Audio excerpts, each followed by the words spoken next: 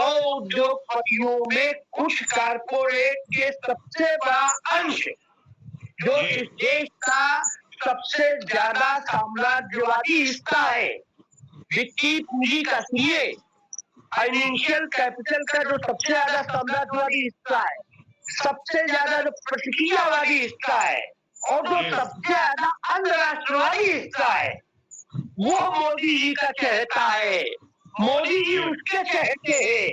ये पूरे कैपिटलिस्ट वर्ग का प्रतिनिधित्व नहीं करता है, ये उस कैपिटलिस्ट वर्ग के घोर दक्षिणपंथी, घोर साम्राज्यवादी, घोर प्रतिक्रियावादी जो एक हिस्सा है, उसका मोदी जी प्रतिनिधित्व करते हैं।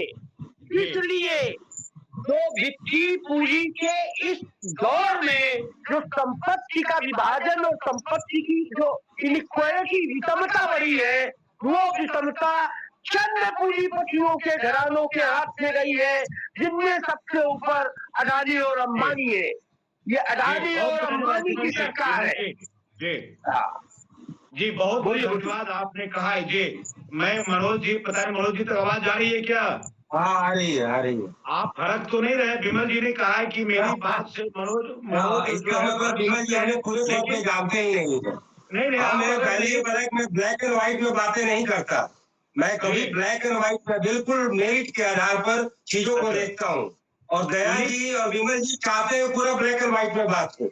हम ब्लैक एंड व्हाइट में बात नहीं करते, हमेशा हम मेरिट के आधार पर चीजों को बात करते हैं। ये सवाल बताएं आप। जी सवाल तो यह है कि हम भड़कने का इंतजार कर रहे थे कि आप भड़के कि नहीं भड़के। अब तो क्योंकि समय भी अब हो गया थे, आप चलते चलते इस सरकार की जो चीजें हैं आप मंगल कामना करें कि सरकार चलिए। हाँ नहीं, देखिए जो इमरजेंसी को लेकर के विमल जी ने जो बातें कही और जो अघोषित इमरजेंसी का जो हवाला दिया, मैं 100% सहमत हूँ। लेकिन वह विमर्श के क्रम में फिर वो आ गए कि नहीं आइदर दिस वे और दैट वे। मतलब कि देखिए ये कौन ऐसा वाद और कौन ऐसी सरकार या कौन ऐसा सिस्टम या कौन ऐसा निजाम है जिसमें आप कमी नहीं निकाल सकते। सब में रोज खंगालने की जरूरत है, हर चीज को देखने की जरूरत है। आज केरला में लेफ्ट फ्रंट की गवर्नमेंट, जिसे कहा जा रहा था, मेरे एक मित्र कहते थे कि वहां पर कोरोना के सबसे ज्यादा केस इसीलिए आ रहे हैं कि वह सरकार ईमानदार है और वो ज्यादा पीपल फ्रेंडली है। लेकिन आज लेफ्ट का पॉलिटिकल ग्राफ भी नीचे गिर रहा है, करप्शन के भी आरोप आ रहे हैं। तो हम टेकन फॉर ग्रांटेड नहीं ले सकते। जो भट्टाचार्य की जो लास्ट में बंगाल में सरकार थी, वह तो इनकी नजरों में पूंजीवादी हो गई थी कि सिंगूर में टाटा के प्लांट को उन्होंने जो है परमिशन दिया, और ममता बनर्जी अल्ट्रा लेफ्टिस्ट हो गई, उसके खिलाफ आंदोलन की और वो सरकार हट गई। लेकिन ऐसा नहीं है कि जनता की बात कह करके हम जनता को सही दिशा में साक्षर न करें, जनता को जागरूक न करें। हम ये तय करें कि हमारे सवाल कितने जायज है। देखिए ये बात मैं बिल्कुल मानूंगा कि जो अभी इमरजेंसी का हवाला दिया गया, यह बीजेपी की एक पॉलिटिकल गेम है। वो चाहती है कि संविधान की अवहेलना का जो आरोप हम पर लगा, तो हम इमरजेंसी की अगर नैरेटिव लाएंगे तो हमारी चीजें धुल जाएंगी। यानी आप 50 साल पुरानी बातों को कब्र से खोद करके क्यों निकाल रहे हो?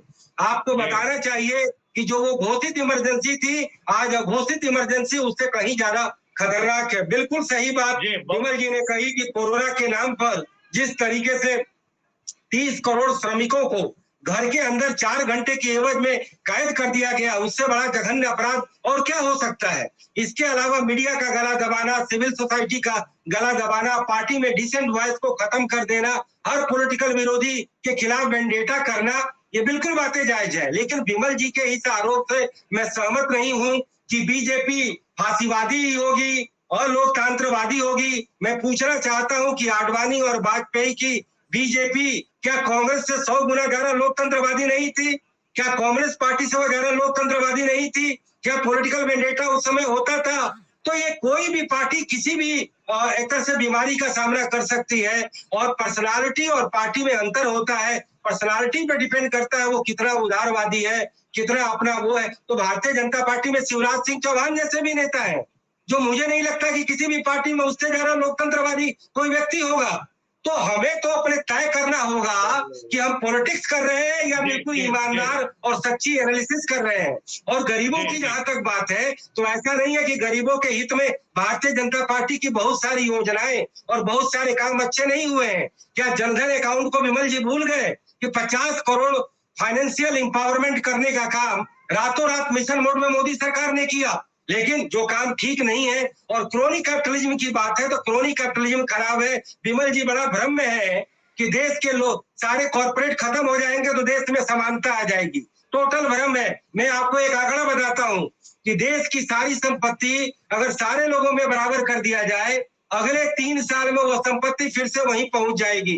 क्योंकि हमें लोगों को एंटरप्रेन्योर भी बनाना है, हमें जागरूक बनाना है, उन्हें कहीं ना कहीं लड़ने की और तमाम तरीके की क्षमता और अपने जीवन स्तर सुधारने का भी तरीका बताना होगा। नहीं तो पूरी दुनिया बराबर हो जाती, नेचर भी असमानता लाती है। तो हमें उन योजनाओं को ले आना होगा जो असमानता की जड़ों पर प्रहार करे। उसमें शिक्षा, स्वास्थ्य, श्रम, रोजगार और सामाजिक ये क्या बोलते हैं सामाजिक सुरक्षा। लेकिन हमारे कम्युनिस्ट भाई 10% व्हाइट कॉलर की लड़ाई लड़ते हैं। ये लोग बिल्कुल ब्लू कॉलर की लड़ाई नहीं लड़ते। ये सारे श्रम कानून केवल व्हाइट कॉलर के लिए बने हैं, अनऑर्गेनाइज्ड वर्क फोर्स के लिए कोई आंदोलन नहीं होता।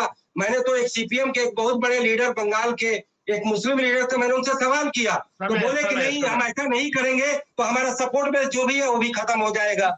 तो जब पॉलिटिक्स करेंगे तो देश के हित में आप व्यापक चिंतन कभी भी नहीं कर सकते। आपको पॉलिटिकल नेतृत्व होना ही पड़ेगा। जी नहीं, मैं केवल एक लाइन बोलूंगा। वास्तव में बड़ा अच्छा लगा कि अच्छा बढ़ के विचारे, अच्छा लगा।